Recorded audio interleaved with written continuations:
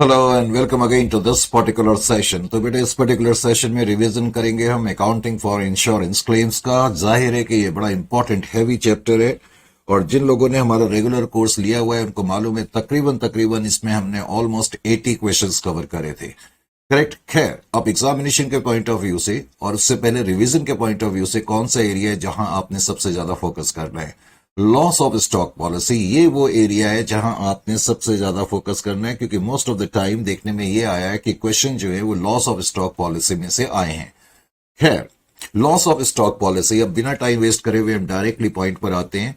आपको याद होगा जब मैंने ये चैप्टर स्टार्ट करा था तब भी मैंने आपको बताया था कि लॉस ऑफ स्टॉक पॉलिसी जब आप कंप्यूट करते हैं, लॉस ऑफ स्टॉक पॉलिसी, इसका मतलब एंटिटी ने एक इंश्योरेंस पॉलिसी ली हुई है for the safeguarding of stock, अपने स्टॉक को सेफ गार्ड करने के लिए, क्योंकि स्टॉक एक बड़ा अहम रोल प्ले करता है। तो अगर कोई स्टॉक का नुकसान वगैरह हो जाए तो इंश्योरेंस कंपनी से हमें क्लेम मिल सके, इसलिए most of the enterprises loss of stock policy लेती है। लॉस ऑफ स्टॉक पॉलिसी में इंश्योरेंस क्लेम फाइंड करने के लिए कि इंश्योरेंस कंपनी से हम कितना कंपनसेशन हासिल करेंगे, ये फाइंड करने के लिए सबसे पहले तो आपको याद होगा कि आप एक मेमोरेंडम ट्रेडिंग अकाउंट बनाते थे डेट ऑफ फायर तक। मेमोरेंडम ट्रेडिंग अकाउंट बनाने के पीछे मेन रीजन होता है कि डेट ऑफ फायर को हमें पता लग जाए कि हमारा स्टॉक कितना था।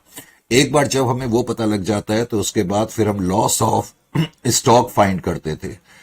लॉस ऑफ स्टॉक फाइंड करने के लिए मेमोरेंडम ट्रेडिंग अकाउंट से जो आपने क्लोजिंग स्टॉक फाइंड करा उस क्लोजिंग स्टॉक को आप लिखा करते थे और उस क्लोजिंग स्टॉक में से सेल्वेज वैल्यू ऑफ स्टॉक, जो स्टॉक आपका बच गया वो आप माइनस करते थे। इससे आपको पता लग जाता था कि कितना लॉस ऑफ स्टॉक हुआ है। लॉस ऑफ स्टॉक फाइंड करने के बाद फिर हम इंश्योरेंस कंपनी से क्लेम हासिल करेंगे। तो इंश्योरेंस कंपनी से क्लेम हासिल करने के लिए हम कितना क्लेम फाइल करेंगे, पॉइंट ये है। अब क्लेम की कैलकुलेशन डिपेंड करती है कि एवरेज क्लॉज एप्लीकेबल है या नहीं है। देखो, मैंने पहले भी बताया था, चाहे क्वेश्चन में लिखा हो या ना लिखा हो, कि एवरेज क्लॉज एप्लीकेबल है या नहीं है। आपने हमेशा ये मान करके चलना है कि एवरेज क्लॉज एप्लीकेबल है। हाँ, अगर किसी क्वेश्चन में ये लिखा है कि एवरेज क्लॉज एप्लीकेबल नहीं है तो तब आप ये मान के चलेंगे कि average clause is not applicable. Otherwise average clause हमेशा एप्लीकेबल माना जाएगा। जब एवरेज क्लॉज एप्लीकेबल होगा तो इंश्योरेंस क्लेम आप कैसे कंप्यूट करते हैं, उसके लिए आप सबसे पहले तो क्लोजिंग स्टॉक की फिगर को लिखेंगे जो आपने मेमोरेंडम ट्रेडिंग अकाउंट से फाइंड करी है। उसको आप इंश्योरेंस पॉलिसी के अमाउंट से कंपेयर करेंगे। इसका मतलब है कि इतने स्टॉक के लिए आपने इतनी इंश्योरेंस पॉलिसी ली है। फिर आप ये देखेंगे कि जो आपका लॉस ऑफ स्टॉक हुआ है उसके लिए इंश्योरेंस पॉलिसी का कितना अमाउंट होना चाहिए। तो ये आपकी क्लेम की फिगर आ जाएगी। और अगर एवरेज क्लॉज एप्लीकेबल नहीं है, अगर एवरेज क्लॉज एप्लीकेबल नहीं है तो उस केस में क्लेम की फिगर फाइंड करना काफी आसान होता है। Average clause not applicable. जब एवरेज क्लॉज एप्लीकेबल नहीं होता है तो उस केस में आप क्या करते हैं, सिंपली अपनी लॉस ऑफ स्टॉक को, जो आपका लॉस ऑफ स्टॉक हुआ है, उसको कंपेयर करते हैं इंश्योरेंस पॉलिसी के अमाउंट से, और जो भी लोअर फिगर होगी वही आपका क्लेम का अमाउंट होगा। Is it clear to you? इसको थोड़ा सा समझने के लिए जस्ट याद दिलाने की कोशिश करी जा रही है। सब लोगों को ये आता ही है। एक क्वेश्चन मैंने पिकअप करा, कहता है कि fire occurred in the premises of messrs K11 limited on 31st of August 2021। 31st of August 2021 को वो कहता है कि डेट ऑफ फायर है। फिर कहता है from the following particulars related to 1st April 2021 to 31st of August 2021 you are requested to find out the amount of claim to be filed with the insurance company for the loss of stock। तो current year की beginning 1/4/2021 से लेके date of fire तक 31st अगस्त 2021 के बीच में वो कहता है कि ये हादसा, 31st अगस्त को ये हादसा हुआ और हमें फाइंड करना है कि कितना क्लेम हम इंश्योरेंस कंपनी पे फाइल करेंगे। तो कहता है कंसर्न है taken an insurance policy of 75,000। Insurance policy का अमाउंट 75,000 है और क्वेश्चन में लिखा है कि which is subject to average clause. फिर कहता है value of the good salvage is 27,000। ये चीजें हमें नोट करनी चाहिए। और कहता है कि पिछले कुछ सालों का जो ग्रॉस प्रॉफिट रेट है वो 20% है। लिखा नहीं है कि ये ऑन कॉस्ट है या ऑन सेल्स। मैंने ये भी बताया था कि अगर कभी ग्रॉस प्रॉफिट रेट क्लियरली ना गिवन हो कि ये ऑन कॉस्ट पर है या ऑन सेल्स पर, तो हमेशा ये मान के चलना है कि ये ऑन सेल्स पर है। Is it clear to you? अब उसने सबसे पहले तो हमें क्वेश्चन में क्लोजिंग स्टॉक दिया हुआ है लास्ट ईयर का।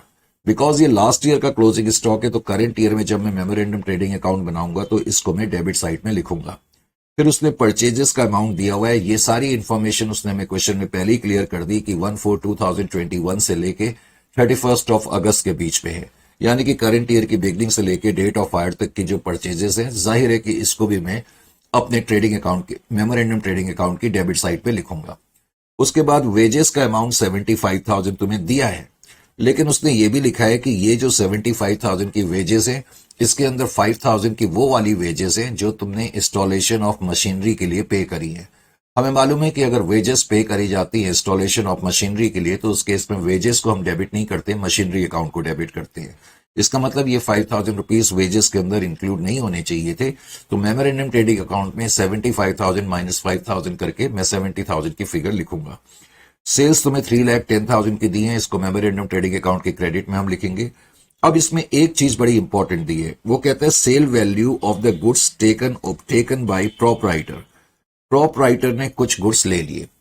देखो, प्रोपराइटर जो गुड्स लेता है लॉजिकली वो परचेजेस में से माइनस होंगे, क्योंकि हमने बिजनेस के लिए गुड्स परचेज करे थे और उन परचेज करे हुए गुड्स में से कुछ गुड्स प्रोपराइटर ने अपने पर्सनल यूज के लिए ले लिए, तो एक तरीके से हमारी परचेजेस कम हो जाती हैं। जाहिर है कि ये ड्रॉइंग्स ऑफ गुड्स हैं, इसको मुझे परचेजेस में से माइनस करना पड़ेगा। Is it clear to you? लेकिन यहां पर आपको ध्यान ये रखना है कि उसने क्या लिखा हुआ है, sale value of the goods. ये गुड्स की सेल वैल्यू है, तुम्हें उनकी कॉस्ट फाइंड करनी पड़ेगी। तो सेल वैल्यू कितनी है? 25,000, और तुम्हें दिया हुआ है rate of profit 20% on sale है। ये तुम्हें सेल दिया ही हुआ है, तो इसके अंदर मार्जिन कितना इंक्लूड होगा? 20%। तो 20% में इसका माइनस कर दूंगा, तो इसका मतलब जो गुड्स प्रोपराइटर ने विड्रॉ करे उनकी कॉस्ट प्राइस 20,000 की थी, तो 20,000 रुपीज आप ड्रॉइंग्स परचेजेस में से माइनस करेंगे। 25,000 नहीं करेंगे, 20,000 करेंगे। फिर कहता है cost of the goods sent to consignee and lying unsold with him. कुछ सामान आपने कंसाइनी को भेजा था और 16 अगस्त तक वो कहता है कंसाइनी के पास ये सामान पड़ा हुआ है, इसमें कोई प्रॉब्लम नहीं। तो ये भी एक तरीके का क्लोजिंग स्टॉक है, लेकिन ये सेफ क्लोजिंग स्टॉक है, तो इसको हम मेमोरेंडम ट्रेडिंग अकाउंट के क्रेडिट साइड में लिख देते हैं। उसके बाद उसने लिखा cost of goods distributed as free samples. तुम्हें मालूम है बिजनेस में हम गुड्स खरीदते हैं और अपने बिजनेस के प्रोडक्ट को पॉपुलराइज करने के लिए हम कई बारी इस तरह की टेक्निक अपनाते हैं कि हम गुड्स को फ्री सैंपल्स के रूप में अपने कस्टमर्स क्लाइंट्स को देते हैं। तो इससे लेकिन होता क्या है कि जो गुड्स मैंने परचेज करे वो कम हो जाएंगे। यही वजह है कि सैंपल्स जो हैं वो मैं परचेजेस में से माइनस करूंगा। तो सबसे पहले यही चीजें हमने करी हैं। तुमने देखा ओपनिंग स्टॉक मैंने लिखा, परचेजेस 2,40,000 की थी, उसमें से ड्रॉइंग्स 20,000, 25 नहीं 20,000 हमने माइनस करे। फ्री सैंपल्स हमने माइनस करे 2,17,500। फिर वेजेस 75 में से 5,000 माइनस करके मैंने 70,000 लिखा। सेल्स की फिगर मैंने 3,10,000 लिखी, और जो गुड्स मैंने कंसाइनी को भेजे थे और जो कंसाइनी के पास अभी अनसोल्ड पड़े हुए हैं उनको हमने क्रेडिट में लिख दिया। उसके बाद बेसिकली मुझे अब स्टॉक फाइंड करना है। स्टॉक फाइंड करने से पहले मेरे पास ग्रॉस प्रॉफिट होना चाहिए। ग्रॉस प्रॉफिट का रेट 20% दिया हुआ है, इसका मतलब 20% ऑन सेल्स दिया हुआ है। सेल्स की फिगर 3,10,000 की। अगर कभी रेट कॉस्ट पे दिया हो तो उसे तुम्हें सेल्स पे पहले कन्वर्ट करना पड़ेगा, करेक्ट। खैर इस केस में 3,10,000 का 20% आपने निकाला, 62,000 ग्रॉस प्रॉफिट आ गया। उसके बाद आपने बैलेंस करा तो आपको पता लग गया कि जिस दिन फायर हुई थी उस दिन आपका क्लोजिंग स्टॉक 1,41,500 का था। फिर मैंने बताया था सेकंड स्टेप में फिर हम लॉस ऑफ स्टॉक पहले फाइंड करते हैं। लॉस ऑफ स्टॉक फाइंड करने के लिए मेमोरेंडम ट्रेडिंग अकाउंट से जो क्लोजिंग स्टॉक निकला, stock on the date of fire, पहले आप वो लिखें। उसमें से सेल्वेज वैल्यू आप माइनस कर देंगे। लॉस ऑफ स्टॉक आ गया आपका 1,14,500। अब मुझे क्लेम की फिगर फाइंड करनी है। इंश्योरेंस कंपनी से हम इतना क्लेम मांगेंगे। मैंने अभी बताया था जब एवरेज क्लॉज एप्लीकेबल होगा तो आप पहले तो क्लोजिंग स्टॉक को जो आपका मेमोरेंडम ट्रेडिंग अकाउंट से निकला है उसको पॉलिसी के अमाउंट से कंपेयर करेंगे। इसका मतलब 1,41,500 के स्टॉक के लिए आपने केवल 75,000 की कवरेज करी हुई है, और अगर लॉस आपका 1,14,000 का है तो कवरेज का अमाउंट यानी कि पॉलिसी का अमाउंट कितना होना चाहिए। तो क्रॉस मल्टीप्लिकेशन आपने करी, 1,14,500 इंटू 75,000 डिवाइडेड बाई 1,41,000, तो 1,41,500। तो इंश्योरेंस कंपनी से आप 60,689 रुपीज जो है वो क्लेम मांगेंगे। लॉस ऑफ स्टॉक पॉलिसी से ही ज्यादा क्वेश्चन एग्जामिनेशन में आए तो हुए हैं, लेकिन इसके अंदर जो क्वेश्चन ऑफ लेट देखा जा रहा है, जो आ रहे हैं, जो क्वेश्चंस बेसिकली एग्जामिनेशन में स्ट्राइक कर रहे हैं, वो basically abnormal line of goods, जिसको हम डैमेज्ड गुड्स या स्लो मूविंग गुड्स भी कहते हैं, इनसे रिलेटेड ज्यादा क्वेश्चन आ रहे हैं। पहले मैं जरा इसके बारे में भी आपको बता दूं। ये भी लॉस ऑफ स्टॉक पॉलिसी का ही क्वेश्चन है, पहले तो ध्यान ये रखना है। Is it clear to you? Just wait for a while. Hello, Vishwaraj बोल रहा था। कौन? विश्वराज बोल रहा था, आपके क्लासेस लिए थे मैंने। अच्छा, हाँ, जस्ट वेट करना, मैं जरा अभी क्लास में हूं ना, मैं बाद में बात करूंगा आपसे 6 o'clock के करीब। Okay. Abnormal line of goods, damage goods and slow moving goods. और ये टॉपिक एग्जामिनेशन के पॉइंट ऑफ व्यू से बड़ा इंपॉर्टेंट टॉपिक है, तो इसको थोड़ा ध्यान में रखना है। तो सबसे पहले तो मैंने एक क्वेश्चन ये कराया आपको कि ऑन 1/4/2021 कहता है एक कंपनी ने इंश्योरेंस पॉलिसी ली 9 लाख की in respect of goods stored in its godown. On 23rd of August 2021 there was a loss of goods due to fire. सबसे पहले क्वेश्चन की कहानी क्या चल रही है कि 1/4/2021 को करंट ईयर स्टार्ट हो रहा है और कहता है 23rd अगस्त 2021 को डेट ऑफ फायर है। अभी तक क्वेश्चन में जो हमें दिया हुआ है वो ये कि पॉलिसी का अमाउंट 9 लाख का है, 9 लाख का पॉलिसी का अमाउंट है। फिर कहता है goods salvage were valued at 29,000। Salvage value जो गुड्स की है वो 29,000 की है, ये भी तुम्हें क्वेश्चन में दिया हुआ है, करेक्ट। आगे कहता है find out the amount of claim for loss of goods after taking into account the following information. तो इंफॉर्मेशन क्या दी हुई है? कहता है company has a policy of selling the goods at A price which gives A gross profit margin of 25% on cost. देखो, rate of profit cost पे दिया हुआ है। मैंने पहले भी अपनी रेगुलर क्लासेस में भी तुम्हें कई बार बताया हुआ है, ये ग्रॉस प्रॉफिट रेट जब भी कॉस्ट पर दिया होगा, ग्रॉस प्रॉफिट उसने कहा 25% ऑन कॉस्ट। तो सबसे पहला काम आपने क्या करना है, कभी भी रेट कॉस्ट पर दिया हो, खैर रेट किसी भी चीज पर दिया हो, आपको पहले एक इक्वेशन बनानी पड़ेगी, cost price plus margin. Margin का मतलब प्रॉफिट से होता है, या आप प्रॉफिट लिख लें, कोई बात नहीं, is equal to selling price. अब देखो रेट किस पर है? कॉस्ट पर है। जिस पर रेट दिया होता है उसको 100 मानते हैं, तो कॉस्ट को मैंने 100 माना, 25% मार्जिन हो गया, तो सेलिंग प्राइस 125 हो गई। तो रेट ऑफ ग्रॉस प्रॉफिट मुझे सेलिंग प्राइस का चाहिए होता है। 25 मार्जिन मैंने न्यूमरेटर में रखा, डिनोमिनेटर में मैंने सेलिंग प्राइस लिखी, तो इसका मतलब rate of gross profit on selling price कितना आ गया? 1/5 आ गया, करेक्ट। चलो, ये भी हमें पता लग गया, कभी क्वेश्चन में rate of gross profit cost पे दिया हो तो उसे हमेशा सेलिंग प्राइस पे कन्वर्ट कर लेना है। फिर आगे कहता है company values its stock at cost price और market price whichever is lower. देखो, इस लाइन से कोई लेना देना नहीं। अकाउंटिंग स्टैंडर्ड AS2 भी यही कहता है कि किसी भी एंटिटी के लिए स्टॉक को कॉस्ट प्राइस या मार्केट प्राइस पर ही वैल्यू करना चाहिए, तो ये कोई नई लाइन नहीं है। आगे कहते हैं on 31st of 3/2021 the closing stock was valued at 8,56,000। देखो, मैंने अभी तुम्हें बताया कि करंट ईयर 1/4/2021 है और डेट ऑफ फायर ये है। अब लास्ट ईयर जो तुम्हारा स्टार्ट हुआ होगा वो 1/4/2020 से स्टार्ट हुआ होगा और 31/3/2021 को खत्म हुआ होगा। अब वो क्या कह रहा है कि लास्ट ईयर क्वेश्चन में उसने लिखा कि on 31st of 3/2021 the closing stock was valued at 8,56,000। 31/3/2021 को कहता है कि क्लोजिंग स्टॉक 8,56,000 पे वैल्यू करा गया। पहले तो उसने ये लिखा, फिर उसके बाद उसने लिखा कि which included damaged goods costing 20,000 valued at 16,000।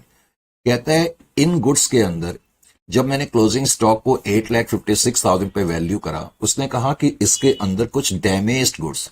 अब जो डैमेज्ड गुड्स हैं उसको तुम एबनॉर्मल गुड्स भी लिख सकते हो, डैमेज्ड गुड्स इंक्लूड हैं। हालांकि जो डैमेज्ड गुड्स है उनकी कॉस्ट तो 20,000 की है, उनकी कॉस्ट 20,000 है, लेकिन हमने उनको वैल्यू करा है 16,000 पर। इसका मतलब क्लोजिंग स्टॉक के अंदर कुछ डैमेज्ड गुड्स इंक्लूडेड है। अगर मैं डैमेज्ड गुड्स माइनस कर दूं तो इसका मतलब जो क्लोजिंग स्टॉक नॉर्मल गुड्स का है वो 8,40,000 का है। नॉर्मल स्टॉक इसका मतलब 8,40,000 का है, क्योंकि इसके अंदर 16,000 की मैं कह सकता हूं कि बुक वैल्यू है। बुक वैल्यू का मतलब जो मैंने बुक्स में लिखी है उसको बुक वैल्यू बोलते हैं। बुक्स में मैंने डैमेज्ड गुड्स की वैल्यू 16,000 लिखी है, करेक्ट। अब आगे कहते हैं कि करंट ईयर में जो परचेजेस हुई बिगनिंग से लेकर के डेट ऑफ फायर तक वो 22 लाख रुपए की हुई। अब उसने बताया कि करंट ईयर में परचेजेस जो है हमारी 22 लाख की हैं, ये उसने क्वेश्चन में हमें दे दिया, 22 लाख की परचेजेस हैं। कहता है ड्यूरिंग द सेम पीरियड, अब कहता है इसी दौरान सेल्स मेरी 25,09,600 की है, were made which included the sale of 60% of the damaged goods at book value। अब इस लाइन का क्या मतलब हुआ? उसने कहा करंट ईयर में मेरी परचेजेस तो इतनी हैं और करंट ईयर में डेट ऑफ फायर तक हमारी सेल्स जो हैं वो कहता है कि 25,09,600 की है। लेकिन उसने क्या कहा कि इन सेल के अंदर सेल ऑफ डैमेज्ड गुड्स भी इंक्लूडेड है, यानी कि कुछ एबनॉर्मल सेल भी है, सेल ऑफ डैमेज्ड गुड्स। अब सेल ऑफ डैमेज्ड गुड्स, पहले तो वो क्या कह रहा है, 25,09,600 की सेल हुई, इसके अंदर which included sale of 60% of damaged goods, यानी कि जितने भी हमारे डैमेज्ड गुड्स थे उसका 60% हमने बेच दिया। पहले तो आपके डैमेज्ड गुड्स कितने के थे? डैमेज्ड गुड्स आपने उनको बुक वैल्यू 16,000 पे रिकॉर्ड करा हुआ था, आपको याद होगा। Is it clear to you? अब वो कहते हैं जो डैमेज्ड गुड्स थे उसका 60% पोर्शन आपने बेच दिया। 60% पोर्शन का मतलब 9,600 बेच दिया।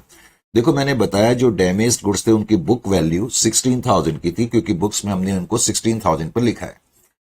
अब कहता है उसका 60% मैंने बेच दिया। ये 60% जो आया ये भी तो बुक वैल्यू है ना। 60% 16,000 का मैंने बेच दिया, इसका मतलब इतनी बुक वैल्यू के गुड्स मैंने बेचे। ये जो लाइन है इसको ध्यान से पढ़ना है। वो कहता है which included the sale of 60% of the damaged goods at book value, यानी कि 60% ऑफ द डैमेज्ड गुड्स 9,600 के गुड्स को तुमने बुक वैल्यू पर ही बेचा, इसका मतलब 9,600 पर ही बेचा। Is it clear? इसका मतलब 25,09,600 में से 9,600 की तुम्हारी एबनॉर्मल सेल है, तो इसका मतलब 25 लाख रुपीस तुम्हारी नॉर्मल गुड्स की सेल है, ये एबनॉर्मल गुड्स की सेल है, ये नॉर्मल गुड्स की सेल है। एक तो ये चीज। अब आपने एक चीज नोट करी, क्या नोट करा आपने? कई बार बच्चों को ये नहीं पता लगता कि मेमोरेंडम ट्रेडिंग अकाउंट में कब 2 कॉलम बनने चाहिए, कब सिंगल कॉलम बनना चाहिए। मेमोरेंडम ट्रेडिंग अकाउंट में 2 कॉलम आपको हमेशा तब बनाने हैं, हमेशा तब बनाने हैं जब बिगनिंग, यानी कि करंट ईयर की बिगनिंग में ये आपको मालूम है कि कुछ नॉर्मल गुड्स हैं, कुछ एबनॉर्मल गुड्स हैं। और इस क्वेश्चन में ऐसा है क्योंकि लास्ट ईयर का क्लोजिंग स्टॉक क्वेश्चन में कहता है 8,56,000 है लास्ट ईयर के एंड का स्टॉक, और उसके अंदर कुछ नॉर्मल गुड्स हैं और कुछ एबनॉर्मल गुड्स हैं। तो मुझे करंट ईयर की बिगनिंग में मालूम है कि कुछ एबनॉर्मल गुड्स हैं, कुछ नॉर्मल गुड्स हैं, इसलिए मेमोरेंडम ट्रेडिंग अकाउंट जब मैं बनाऊंगा तो उसमें मैं 2 कॉलम बनाऊंगा। बहुत से बच्चों को और बहुत से लोगों को ये बात पता नहीं होती तो प्रॉब्लम होती है, तो इसलिए नॉर्मल गुड्स का एक कॉलम बनाया, एक एबनॉर्मल गुड्स का कॉलम मैंने बनाया। ये भी नॉर्मल गुड्स का कॉलम है, ये एबनॉर्मल गुड्स का कॉलम है। Is it clear to you? अब मैंने ओपनिंग स्टॉक लिखा करंट ईयर के बिगनिंग में कि लास्ट ईयर का जो क्लोजिंग स्टॉक 8,56,000 है, मुझे मालूम है कि नॉर्मल गुड्स 840 के हैं और एबनॉर्मल गुड्स 16,000 के हैं। Is it clear to you? उसके बाद करंट ईयर की बिगनिंग से करंट ईयर की डेट ऑफ फायर तक हमने परचेजेस करी। जाहिर है परचेजेस नॉर्मल गुड्स की होती हैं, तो 22 लाख। उसके बाद सेल्स देखो, जो नॉर्मल गुड्स की सेल है वो मैंने नॉर्मल गुड्स के कॉलम में लिखा, और जो एबनॉर्मल गुड्स की सेल है वो मैंने एबनॉर्मल गुड्स के कॉलम में लिख दी। Is it clear to you? अब मैं ग्रॉस प्रॉफिट रेट अप्लाई करूंगा। ग्रॉस प्रॉफिट रेट 1/5 मैंने निकाल लिया था, या 25/125। तो जो नॉर्मल गुड्स की सेल है 25 लाख, उसका तुमने 1/5 कंप्यूट करा 5 लाख। तो अब तुमने इसको बैलेंसिंग फिगर के रूप में देखा, तुम्हारा क्लोजिंग स्टॉक नॉर्मल गुड्स का 10,40,000 है और एबनॉर्मल गुड्स का तुम्हारा 6,400 का आ जाएगा। Is it clear to you? फिर लॉस ऑफ स्टॉक जब फाइंड करेंगे तो दोनों क्लोजिंग स्टॉक मिला करके लिखेंगे। समझ में आया? 10,40,000 प्लस 6,400, टोटल क्लोजिंग स्टॉक इतना है, सेल्वेज वैल्यू इतनी है, लॉस ऑफ स्टॉक 10,17,400 का है। और मैं तुम्हें बता ही चुका हूं पॉलिसी का अमाउंट कैसे कंप्यूट करते हैं। पॉलिसी का अमाउंट कंप्यूट करने के लिए जो स्टॉक है 10,46,500, उसको पॉलिसी के अमाउंट से हम कंपेयर करेंगे, और फिर जो लॉस ऑफ स्टॉक हो गया 10,17,400, उसके लिए पॉलिसी का कितना अमाउंट होगा क्रॉस मल्टीप्लिकेशन कर देंगे। 10,17,400 इंटू 9 लाख डिवाइडेड बाई 10,46,400 है ये 10,46,400। तो इस तरह तुम्हारे पास इतनी फिगर आ जाएगी। Is it clear to you? ये तो एक क्वेश्चन है। और ये एक बड़ा इंपॉर्टेंट क्वेश्चन है, इस क्वेश्चन को भी आप देखें। वो क्या कह रहे हैं, on 11/11/2017 the premises of Rocky mountains limited destroyed the fire. 11/11/2017 को कहता है the premises of Rocky limited was destroyed by fire and the following information is made available. पहले तो कहता है स्टॉक ऑन 1/4/2016। अब देखो इस क्वेश्चन में बड़ा इंटरेस्टिंग पॉइंट क्या है। 1/4/2016 को पहले तो कहता है स्टॉक इतना है, फिर कहता है परचेजेस 1/4/2016 से लेके 31/3/2017 के बीच में परचेजेस इतनी है 5,20,000। मैंने रेगुलर क्लासेस में तो बताया हुआ है, लेकिन एक बार जल्दी से मैं तुम्हें याद दिलाने की कोशिश करता हूं कि इसमें तुम्हें क्या समझ में आना चाहिए। एक तो तुमने देखा इस क्वेश्चन में 1/4/2016 से लेकर के 31/3/2017 की कंप्लीट इंफॉर्मेशन है। जैसे कि उसने लिखा हुआ है 1/4/2016 को स्टॉक जो है, जाहिर है कि ये इस करंट ईयर का ओपनिंग स्टॉक है 3,75,000, ये तुम्हें दिया ही हुआ है। और फिर उसने दे ही दिया कि इस पूरे साल में तुम्हारी जो परचेजेस हुई हैं, तुम्हारी परचेजेस 5,20,000 की, ये उसने तुम्हें दे दी यहां पर। उसके बाद इस पूरे साल की 1/4/2016 से लेकर के 1/4/2016 से लेकर 31/3/2017 की सेल्स कितनी है ये भी तुम्हें दे दी। यानी कि तुम्हें लास्ट ईयर की कंप्लीट इंफॉर्मेशन है। मैंने क्यों कहा ये लास्ट ईयर की कंप्लीट इंफॉर्मेशन है, क्योंकि क्वेश्चन में 11/11/2017, देखो 11/11/2017 की डेट कब आएगी, 1/4/2017 से लेकर के 11/11/2017, ये तो इस साल आएगी ना। इसका मतलब प्रीवियस ईयर की कंप्लीट इंफॉर्मेशन है। आपको याद है मैंने क्या बताया था, जब प्रीवियस ईयर की कंप्लीट इंफॉर्मेशन होगी तो तुम्हें पिछले साल का ट्रेडिंग अकाउंट बनाना पड़ेगा। पिछले साल का ट्रेडिंग अकाउंट तुम्हें बनाना पड़ेगा, ये मैंने तुम्हें पहले बताया हुआ है। अच्छा जी, तो पिछले साल का ओपनिंग स्टॉक, परचेजेस, सेल्स तुम्हारे को गिवन है। उसके अलावा लास्ट ईयर के एंड का क्लोजिंग स्टॉक भी तुम्हें गिवन है 2 लाख का। पिछले साल की कंप्लीट इंफॉर्मेशन तुम्हारे पास है इस क्वेश्चन में, तो तुम्हें ऐसे क्वेश्चन में पिछले साल का ट्रेडिंग अकाउंट बनाना पड़ेगा। उससे तुम्हें क्या मिल जाएगा, लास्ट ईयर का ग्रॉस प्रॉफिट मिल जाएगा। लास्ट ईयर का ग्रॉस प्रॉफिट मिलेगा तो उसको लास्ट ईयर की सेल्स से तुम डिवाइड कर करके तुम्हारे पास gross profit rate previous year का आ जाएगा, जिसको कि तुम करंट ईयर में इस्तेमाल कर सकते हो। अब उसके बाद उसने करंट ईयर की कहानी हमारे सामने पेश करी। कहता है 1/4/2017 से लेकर के 11/11/2017 के बीच में परचेजेस का अमाउंट जो है वो 3,41,000 का है। परचेजेस का अमाउंट इतना है, और कहता है सेल्स का अमाउंट इतना है 4,35,500। लास्ट ईयर की बिगनिंग से लेके करंट ईयर की बिगनिंग से लेके डेट ऑफ फायर तक सेल्स इतनी है, परचेजेस इतनी है। जाहिर है कि क्लोजिंग स्टॉक हमें पता करना होता है, और जो लास्ट ईयर का क्लोजिंग स्टॉक होगा वो ओपनिंग स्टॉक हमारे पास आ ही जाएगा। यहां तक तो कोई प्रॉब्लम नहीं है। लेकिन आगे अब उसने क्वेश्चन में क्या कहा, अब कहते हैं कि in valuing the closing stock on 31/3/2017, यानी कि लास्ट ईयर के एंड में, देखो लास्ट ईयर के एंड में 31/3/2017 को वो क्या कह रहा है कि जब मैं क्लोजिंग स्टॉक को वैल्यू कर रहा था, due to damage 50% of the value of stock which originally cost 22,000 was written off. वो क्या कह रहा है कि लास्ट ईयर के एंड में जब हमने क्लोजिंग स्टॉक को वैल्यू करा, आपको याद होगा कि लास्ट ईयर का क्लोजिंग स्टॉक क्वेश्चन में जो दिया हुआ था 31/3/2017 को 2 लाख का आपने वैल्यू करा हुआ है। कह रहे जब आप इस स्टॉक को वैल्यू कर रहे थे तो कोई आइटम था जिसकी की कॉस्ट प्राइस 22,000 की थी। कॉस्ट प्राइस कितने की थी, 22,000 की थी। Due to damage 50% of the value of stock which originally cost 22,000 was written off. तो कोई आइटम 22,000 का था, उसमें से आपने क्या करा, 50% राइट ऑफ कर दिया। कितना कर दिया, 50% आपने राइट ऑफ कर दिया। देखो जब भी क्वेश्चन में लिखा हो कि हमने इतना राइट ऑफ कर दिया, तो इसका मतलब है ये जो गुड्स हो गए, ये स्लो मूविंग गुड्स कह सकते हो, स्लो मूविंग गुड्स कह सकते हो, डैमेज्ड गुड्स कह सकते हो, इनको एबनॉर्मल गुड्स कह सकते हो। क्योंकि जब गुड्स खराब होते हैं तो तभी हम कुछ राइट ऑफ करते हैं। तो 50% का मतलब 11,000 तो हमने इनको राइट ऑफ कर दिया, हमने ये समझ लिया कि ये बेकार गुड्स है, करेक्ट। 50% हमने राइट ऑफ कर दिया, तो इसका यह भी मतलब हो गया कि 50% हमने राइट ऑफ नहीं करा, नॉट रिटन ऑफ। इसका यह भी तो मतलब हुआ 50% हमने राइट ऑफ नहीं करा, 11,000 इसका मतलब हमने राइट ऑफ नहीं करा, इसका यह भी मतलब है। Is it clear to you और नॉट? तो नॉट रिटर्न ऑफ ये है और रिटर्न ऑफ ये है। अब पहले तो इस लाइन का भी आपका मतलब समझ में आना चाहिए।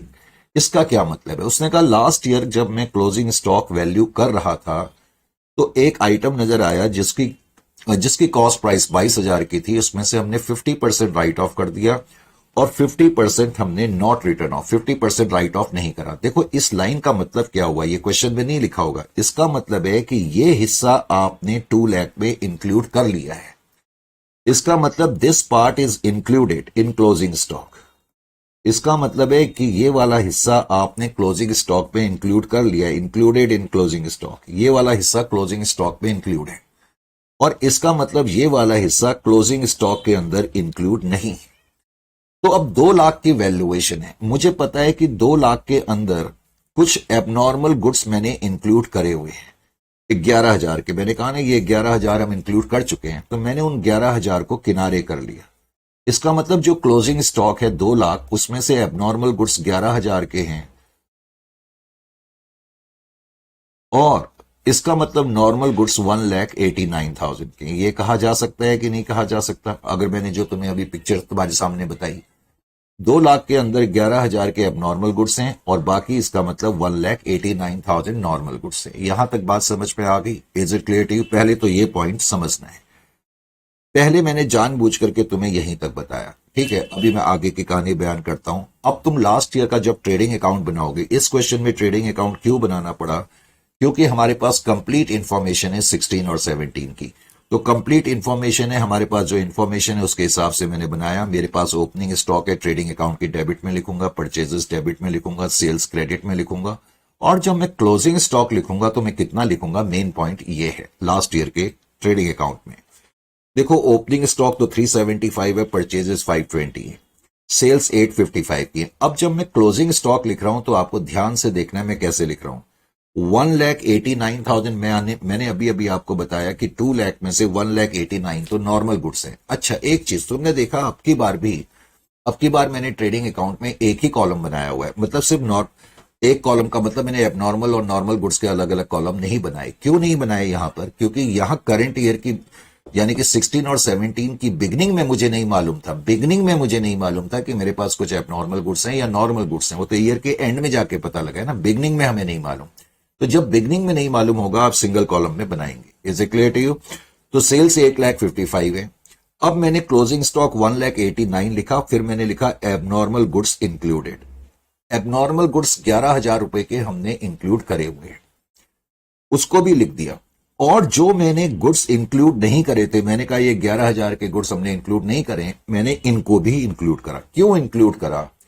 क्योंकि देखो ईयर के एंड में जाके हमें पता लगा कि कुछ गुड्स बेकार हो गए। Is it clear to you और नॉट? ईयर के एंड में जाकर के आपको यह पता लगा, इसका मतलब पूरे साल इन गुड्स का भी आपके प्रोडक्शन में सहयोग था। Is it clear to you और नॉट? तो कहने का मतलब है कि जो पार्ट इंक्लूड नहीं था उसको भी आपने इंक्लूड करना है, लेकिन इस तरह से लिखना है। Normal goods 189, abnormal goods included 11 and abnormal goods not included या रिटर्न ऑफ 11,000। तो 2,11,000 का क्लोजिंग स्टॉक आप लिखेंगे लास्ट ईयर में। फिर आपका लास्ट ईयर का ग्रॉस प्रॉफिट आ जाएगा 1,71,000। अब लास्ट ईयर का जो ग्रॉस प्रॉफिट आ गया 171, उसको लास्ट ईयर की सेल से डिवाइड करा, इंटू 100 करा, तो 20% जो है ग्रॉस प्रॉफिट रेट आ गया लास्ट ईयर का। अब मैं करंट ईयर में आता हूं। करंट ईयर में मेमोरेंडम ट्रेडिंग अकाउंट।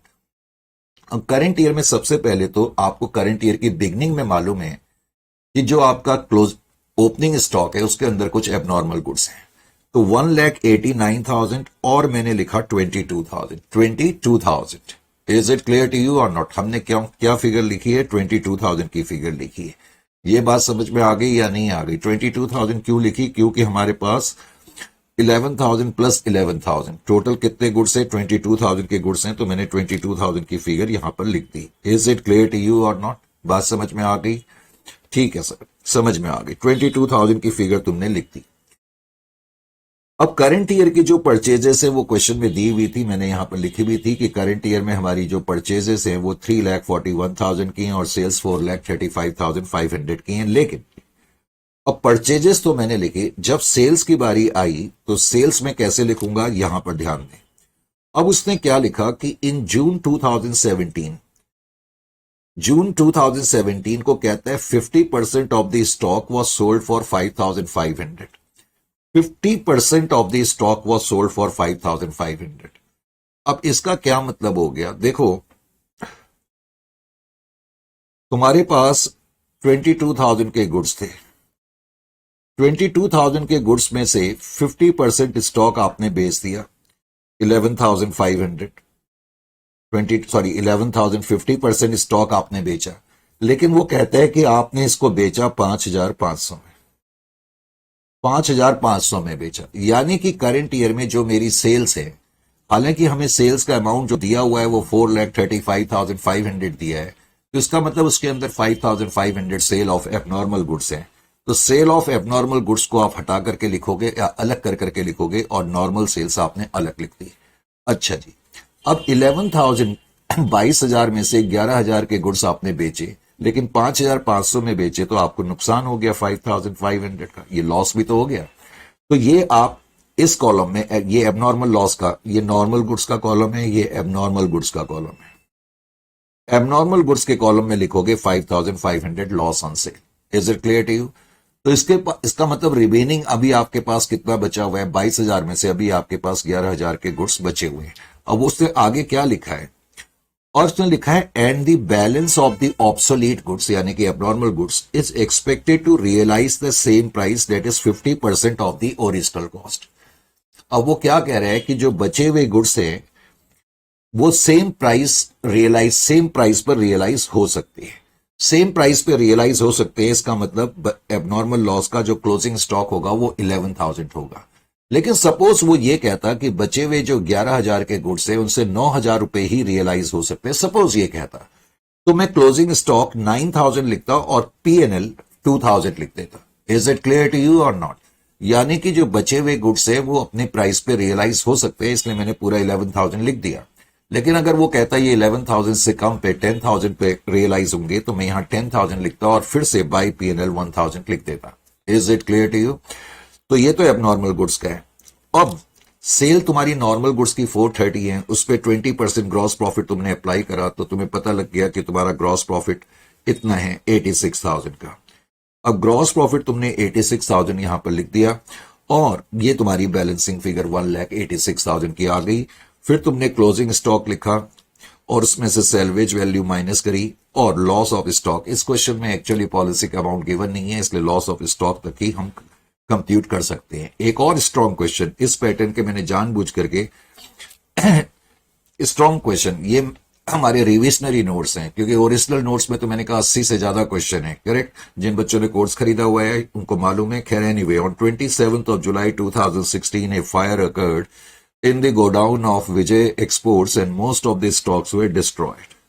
27 जुलाई 2016 को फायर हुई है। कहता है however goods costing 5,000 could be salvaged. Salvaged goods 5,000 के हैं। The fire fighting expenses amounting to ₹1,300। अब फायर हो गई, अब ये तो नहीं है ना कि हम वेट करते रहेंगे डायल 101 कर करके कि कब आग बुझाने वाली गाड़ी आए और फिर आग बुझे। हम अपनी तरफ से भी कोशिश करेंगे। तो फायर फाइटिंग एक्सपेंसेस 1,300 रुपए के हो गए। कहता है from the salvaged accounting records the following information is available relating to the period from 1/4/2016 to 27/2016। Current year की बिगनिंग 1/4/2016 से लेकर के 27/7/2016 डेट ऑफ फायर तक की इंफॉर्मेशन है। अब तुम्हें ये तो मालूम है कि करंट ईयर 1/4/2016 से स्टार्ट हो रहा है। करंट ईयर तो आपका 1/4/2016 से स्टार्ट हो रहा है और of course date of fire उसने जो दी हुई है 27/7/2016 दी है, ये आपकी डेट ऑफ फायर है। लेकिन अब वो क्या कह रहा है कि 31/3/2016 को जो क्लोजिंग स्टॉक है, 31/3/2016 को क्लोजिंग स्टॉक कहता है 63,000 का है। Is it clear to you? यहां पर जो इंफॉर्मेशन दी हुई है, कह रहा है purchases including purchase of machinery costing 10,000। तो जब मैं परचेजेस, देखो परचेजेस का मतलब होता है परचेज ऑफ गुड्स, जबकि परचेज ऑफ मशीनरी क्या है, परचेज ऑफ एसेट है। तो 2,92,000 में से 10,000 की फिगर तुम माइनस करोगे जब तुम परचेजेस का अमाउंट लिखोगे। इसी तरह वेजेस 53,000 में अभी मैं बता ही चुका हूं कि 3,000 की वेजेस जो है उनका कनेक्शन इंस्टॉलेशन ऑफ मशीनरी से है, तो 53 में से 3 तुम माइनस करके लिखोगे। फिर क्या कहता है कि सेल्स 4,12,300 की हैं, लेकिन कहता है including goods sold on approval basis amounting to 40,000। अब वो कहते हैं सेल्स तो तुम्हारी 4,12,500 की हैं, लेकिन 4,12,500 में से वो कहता है कि कुछ गुड्स ऑन अप्रूवल बेसिस हैं, और उसके आगे उसने इंफॉर्मेशन लिखी, no approval has been received in respect of 1/4 of the goods sold on approval. अब देखो इसका क्या मतलब हो गया। जब मैं बाद में सेल्स का अमाउंट कंप्यूट करूंगा, सेल्स जो भी है हमारी 4,12,300 की जितनी भी सेल्स हैं, वो कह रहा है इन सेल्स के अंदर हमने कुछ गुड्स ऑन अप्रूवल भेजे थे 40,000, लेकिन वो कहता है कि 40,000 में से 1/4 के खिलाफ हमें कोई अप्रूवल नहीं मिली है। तो 1/4 के खिलाफ कोई अप्रूवल नहीं मिली है तो उसको मैं सेल्स का हिस्सा नहीं मान सकता, तो 10,000 मुझे सेल्स में से माइनस करना पड़ेगा। Is it clear to you और नॉट? समझ में आ गया? अच्छा जी, ना सिर्फ ये बल्कि मुझे और क्या करना पड़ेगा। एक तो मैं सेल्स में से ये माइनस करूंगा ही करूंगा जो गुड्स अप्रूव नहीं हुए हैं। अगर ये गुड्स अप्रूव नहीं हुए हैं तो इसका मतलब ये मेरा ही स्टॉक है, हमारी एंटिटी का ही तो स्टॉक है। बाद में इसी चीज को देखो, यहां तो मैं 10,000 की फिगर माइनस करूंगा, लेकिन बाद में मैं goods sold on approval basis, जिसको कि मैंने सेल का हिस्सा नहीं बनाया क्योंकि अप्रूवल नहीं मिली है, इसको फिर मैं अलग से क्रेडिट साइड में भी लिखूंगा, लेकिन एट कॉस्ट पर लिखूंगा। जो भी मेरा रेट होगा वो माइनस कर करके जो कॉस्ट की फिगर आएगी उस फिगर पे मैं क्रेडिट साइड में मेमोरेंडम ट्रेडिंग अकाउंट की लिखूंगा, क्योंकि अगर ये सेल नहीं है तो ये इसका मतलब हमारा ये स्टॉक है। करेक्ट।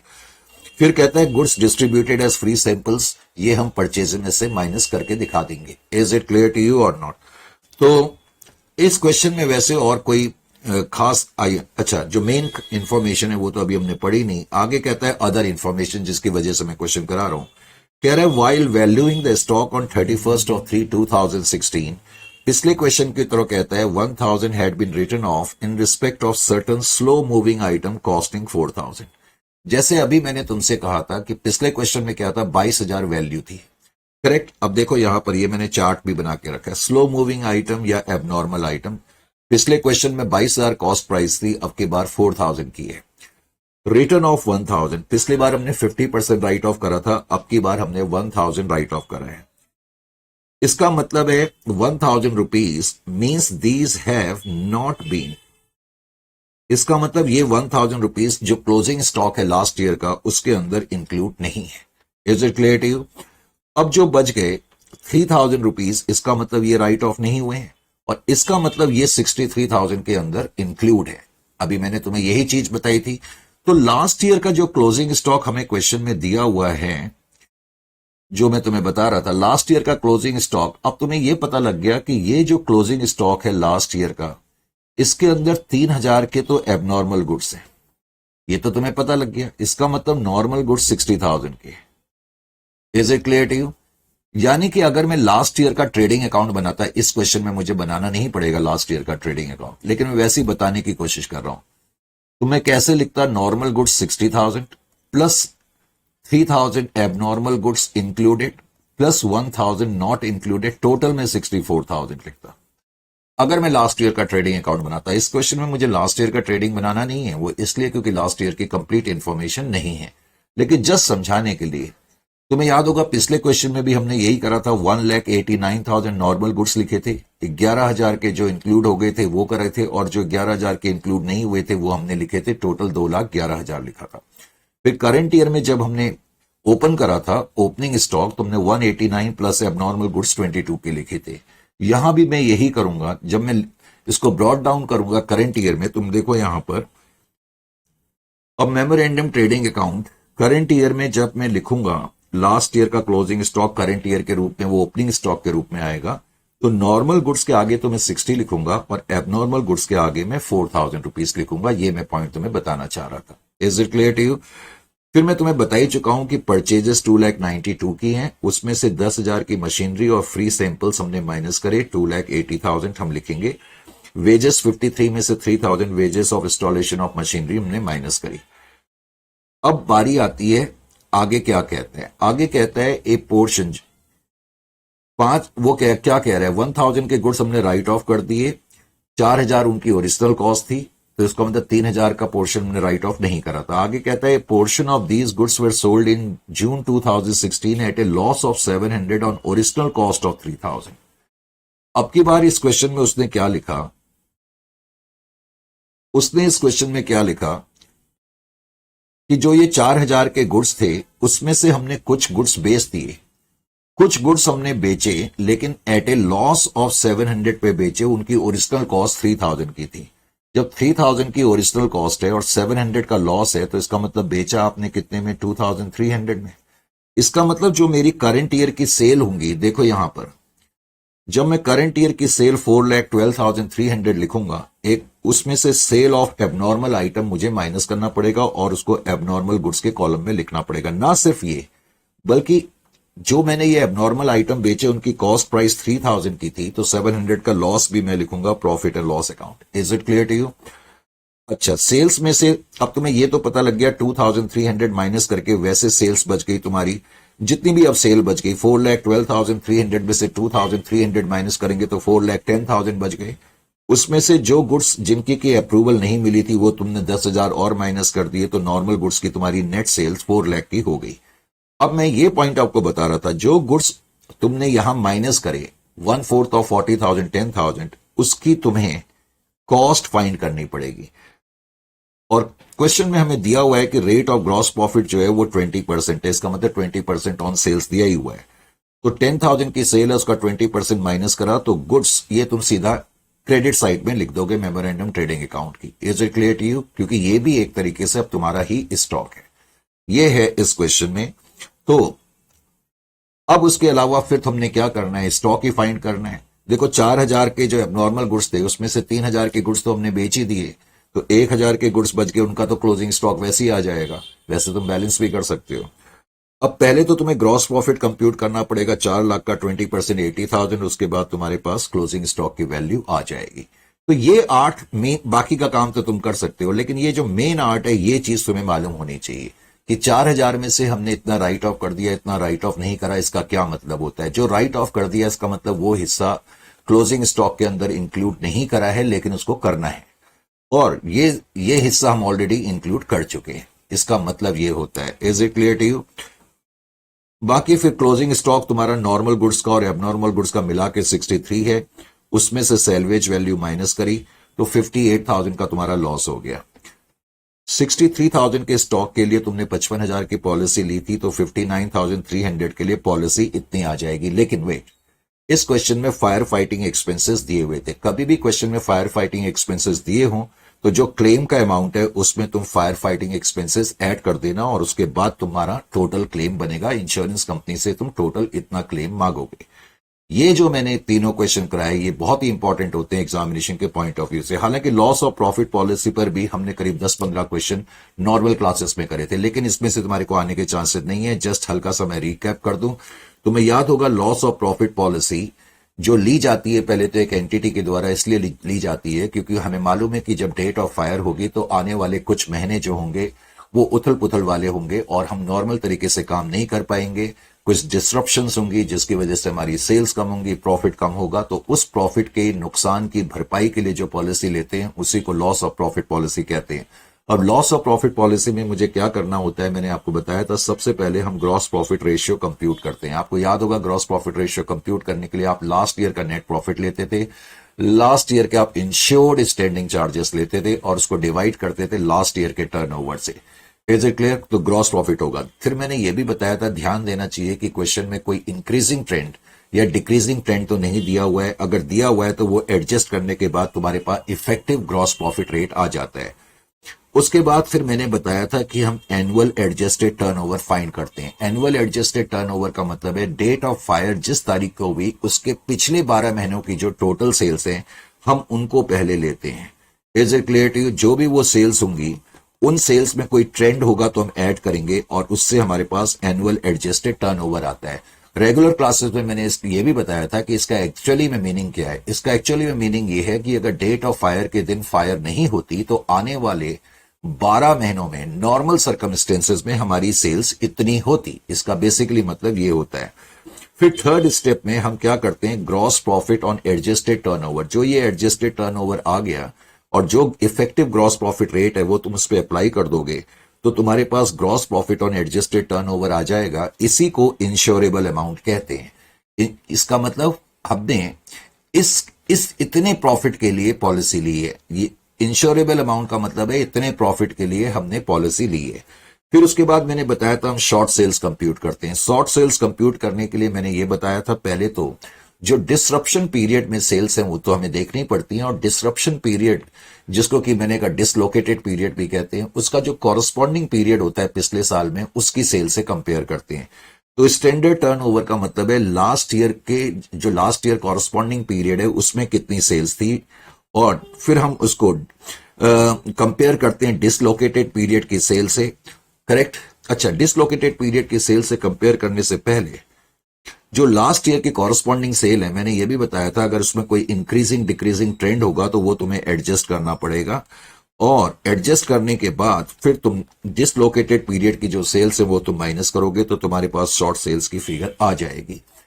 उसके बाद फिर अमाउंट ऑफ क्लेम हम भरते थे। अमाउंट ऑफ क्लेम में पहला स्टेप है कि लॉस ऑफ प्रॉफिट, और लॉस ऑफ प्रॉफिट का मतलब है जो शॉर्ट सेल हुई उस पर तुम ग्रॉस प्रॉफिट अप्लाई कर दोगे। और फिर जो एडिशनल एक्सपेंसेस होते हैं, एक तो ये एडिशनल एक्सपेंसेस के अंदर मुझे 3 चीजें कंप्यूट करनी पड़ती थी, अगर आपको याद हो तो। उन 3 में से जो छोटी फिगर होती थी, एक तो एक्चुअल एक्सपेंसेस, और एक बड़ा इंपॉर्टेंट पॉइंट था gross profit on increase turnover during the dislocated period. Dislocated period में, डिसरप्टेड पीरियड में सेल्स जितने से बड़ी, अगर मैंने एडिशनल एक्सपेंस जो करे उसकी वजह से जो सेल बढ़ी उसको हम मल्टीप्लाइड करते हैं ग्रॉस प्रॉफिट से, और फिर मैंने कहा था हम प्रोपोर्शनेट एक्सपेंस फाइंड करते हैं। प्रोपोर्शनेट का मतलब होता है additional expenses into gross profit on annual adjusted turnover और divided by gross profit on annual adjusted turnover plus insured standing charges. इन तीनों में से जो छोटी फिगर होगी वो लास्ट में लिखेंगे। इससे मुझे टोटल लॉस पता लग जाएगा, और डिसलोकेटेड पीरियड में अगर मेरी कोई सेविंग्स वगैरह हुई होंगी तो वो मैं माइनस करूंगा। माइनस करने के बाद फिर कितना मेरा प्रॉफिट का नुकसान हुआ वो मैं देखूंगा। बस उसके बाद फिर हम आराम से कंप्यूट कर सकते हैं। हम ये देखेंगे कि हमारी पॉलिसी का अमाउंट कितना है और इंश्योरेबल अमाउंट कितना है और पॉलिसी का अमाउंट कितना है, ये हम देखते हैं। और फिर हम देखते हैं यानी कि पॉलिसी का अमाउंट कितना है, एक तो ये देखेंगे, और जो इंश्योरेबल अमाउंट है जिसको gross profit on annual adjusted turnover भी कहते हैं, इसका मतलब इतने प्रॉफिट के लिए हमने इतनी पॉलिसी ली है। फिर जो लॉस ऑफ प्रॉफिट हुआ उसके लिए कितना पॉलिसी का अमाउंट होगा ये हम देखते हैं एवरेज क्लॉज के मुताबिक। और मैंने कहा एवरेज क्लॉज एप्लीकेबल नहीं होगा, उसमें तो आप सिर्फ लॉस ऑफ प्रॉफिट और पॉलिसी के अमाउंट को देखेंगे, जो छोटी फिगर होगी वो आप सिलेक्ट कर लेंगे। इसमें से लेकर क्वेश्चन के आने के चांसेस एग्जामिनेशन में बहुत कम होते हैं। उसके बाद है calculation of policy amount and claim. इसमें से तुम्हारे आने के कुछ चांसेस तो कम है लेकिन फिर भी तुम्हें मालूम होना चाहिए। करेक्ट। जैसे कि इस क्वेश्चन में दिया है, छोटे छोटे क्वेश्चन है, ये भी कई बार आ जाते हैं। Calculate the amount of insurance claim to be lost based on the following information. कहता है फॉलोइंग इन्फॉर्मेशन के मुताबिक आप ये बताओ कि इंश्योरेंस कंपनी से आप कितना क्लेम मांगोगे। Value of stock destroyed by fire. देखो, जो क्लोजिंग स्टॉक होता है उसमें से सेल्वेज वैल्यू माइनस करने के बाद हमारे पास स्टॉक डिस्ट्रॉयड आता है। तुम्हें स्टॉक डिस्ट्रॉयड तुम्हें दिया हुआ है। Value of stock destroyed by fire वो कहता है 90,000 और कहता है सेल्वेज वैल्यू 40,000 की। तो इसका मतलब क्लोजिंग स्टॉक तुम्हारा मेमोरेंडम ट्रेडिंग अकाउंट के मुताबिक 1,30,000 का रहा होगा। तो अब पॉलिसी का अमाउंट कितना है अब तुम कंप्यूट कर सकते हो कि भाई 1,30,000 के लिए तुमने पॉलिसी 65,000 की ली हुई है, तो लॉस तुम्हारा हुआ है 90,000 का। तो 90,000 के लिए पॉलिसी का कितना अमाउंट होगा, 90,000 इंटू 65, जो कि मैंने करा है 90 इंटू 65 डिवाइडेड बाई 1,30,000, तो 45,000 तुम क्लेम भरोगे। इसी तरीके से इस क्वेश्चन को तुम कर सकते हो। और तो ये हैं, और इसके अलावा फिर इसमें मैंने कुछ एमसीक्यूज वगैरह भी रखे हैं। जैसा कि हमारी कोशिश चल रही है, हम सिर्फ रिवीजन नाम का नहीं करा रहे, एक प्रॉपर थॉरो रिवीजन कराने की कोशिश करी जा रही है। तो इसको ध्यान से देखें। कहता है pick up the current answer standard turnover. कई बार क्वेश्चन में से स्टैंडर्ड टर्नओवर लिखा होता है, तो इसका क्या मतलब होता है? इसका मतलब होता है turnover immediately preceding the date of damage. Is it clear to you? Indemnity period का क्या मतलब होता है? इंडिमनिटी पीरियड का क्या मतलब है? देखो, it is the period that begins from the date of occurrence of the damage and ends on any date within 12 months from the former. और फिर कहता है this period indicates the time spend during which normal activities of the business are believed to be disturbed. Actually ये दोनों ही इसके ठीक answer है, both of these. Indemnity period का बेसिकली मतलब क्या हो गया कि जैसे इस तारीख को डेट ऑफ फायर हुई और इस तारीख से लेकर के अगले 12 महीने तक का जो पीरियड है, correct, it is the period that begins from the date of occurrence of the damage and ends on any date within 12 months। अगले 12 महीनों तक का ये पीरियड इंडिमनिटी पीरियड कहलाता है। और या फिर इंडिमनिटी पीरियड को हम ऐसे भी कह सकते हैं कि ये वो पीरियड है जिस दौरान हमारी एक्टिविटीज जो हैं हैम्पर्ड रही हैं, डिसरप्टेड रही हैं। तो इस हिसाब से ये दोनों आंसर इसके करेक्ट हैं। स्टैंडिंग चार्जेस का मतलब मैंने तुम्हें बताया था fix charges. Is it clear to you? Fix nature के जो खर्चे होते हैं। ग्रॉस प्रॉफिट का बेसिकली मतलब क्या, अभी मैंने तुम्हें बताया, जब हम नेट प्रॉफिट कंप्यूट करते हैं, sorry gross profit rate compute करते हैं, तो net profit plus standing charge, insured standing charges लेते हैं। शॉर्ट सेल का क्या मतलब है? Standard sale, excess of standard sale over actual sales, इसको ये कहा जा सकता है। क्योंकि एक्चुअल से डिसरप्टेड पीरियड में जो एक्चुअल सेल्स होती हैं और उसके कॉरस्पॉन्डिंग पीरियड में जो सेल्स होती हैं वो स्टैंडर्ड सेल्स कहलाती हैं। तो स्टैंडर्ड सेल में से एक्चुअल सेल्स के फिगर माइनस कर दें तो हमारे पास शॉर्ट सेल आ सकती हैं। अगले क्वेश्चन में कहता है ए बिजनेस टेक्स, आंसर होगा fire, a fire insurance policy to cover the loss of stock and loss of profit. Correct, no doubt about that. और उसके अलावा 7th में कहता है value of stock on the date of fire can be ascertained more precisely by preparing a memorandum trading account, transaction account नहीं trading account. Correct. Average clause is applicable in case of under insurance. Of course under insurance का मतलब क्या होता है? जैसे मेरा stock तो है 5 लाख का और मैं पॉलिसी लूंगा लेट अस से 3 लाख की, तो इसका मतलब मैंने ये अंडर इंश्योरेंस करा के रखा है। क्योंकि हर फर्म यही सोचती है कि ज्यादा इंश्योरेंस करा के क्या लेना, क्योंकि उसमें ज्यादा प्रीमियम हमें भरना पड़ेगा। तो इसलिए फर्म की कोशिश तो यही रहती है कि हम थोड़ा कम इंश्योरेंस का अमाउंट लें। करेक्ट, ऐसा तो नहीं है ना कि हादसा होगा ही होगा। तो अंडर इंश्योरेंस की वजह से ही एवरेज क्लॉज जो है इंश्योरेंस कंपनी बेसिकली इंसर्ट करती हैं एग्रीमेंट्स में। आगे कहता है policy cover loss of gross profit sustained as a consequence of business interruption. तो बिजनेस इंटरप्शन की वजह से जो ग्रॉस प्रॉफिट का नुकसान होता है उसको कवर करने के लिए ही लॉस ऑफ प्रॉफिट पॉलिसी ली जाती है। इंश्योर चार्जेस का मीनिंग अभी मैंने बताया था। The period for which a policy is taken known as indemnity period, इसमें कोई डाउट। इंडिमनिटी का मतलब है कंपनसेट करना, और वैसे ये इस तरह का क्वेश्चन आने के चांसेस नहीं है। एक कॉम्प्रिहेंसिव, जैसे एक लॉस ऑफ स्टॉक पॉलिसी होती है, लॉस ऑफ प्रॉफिट पॉलिसी होती है, एक कॉम्प्रिहेंसिव पॉलिसी भी होती है। कॉम्प्रिहेंसिव पॉलिसी कवर करती है लॉस ऑफ स्टॉक को, फिक्स्ड एसेट को, प्रॉफिट को और एक्सपेंसेस को। उसको हम बेसिकली कॉम्प्रिहेंसिव पॉलिसी कहते हैं। तो ये था आपका इंश्योरेंस क्लेम। मुझे उम्मीद है कि आज का ये पर्टिकुलर सेशन आपके एक्सपेक्टेशंस में आया होगा और आपको सिर्फ ये नहीं लगा होगा कि ये नाम के लिए रिवीजन कराया गया। फुल फ्लेड्स तरीके से हमने कोशिश करी है कि तमाम कॉन्सेप्ट्स को आपके सामने क्लियर करा जाए। नेक्स्ट सेशन में मिलेंगे। ऑफ कोर्स नेक्स्ट सेशन में हम डिपार्टमेंटल की चर्चा करेंगे और डिपार्टमेंटल को भी कॉम्प्रिहेंसिव तरीके से कवर करेंगे। ठीक है, जितने भी मेजर चैप्टर हैं पहले उनको कॉम्प्रिहेंसिव तरीके से हम कवर करेंगे। तो नेक्स्ट सेशन में फिर आपसे मुलाकात होगी। Till then it's time to say good bye.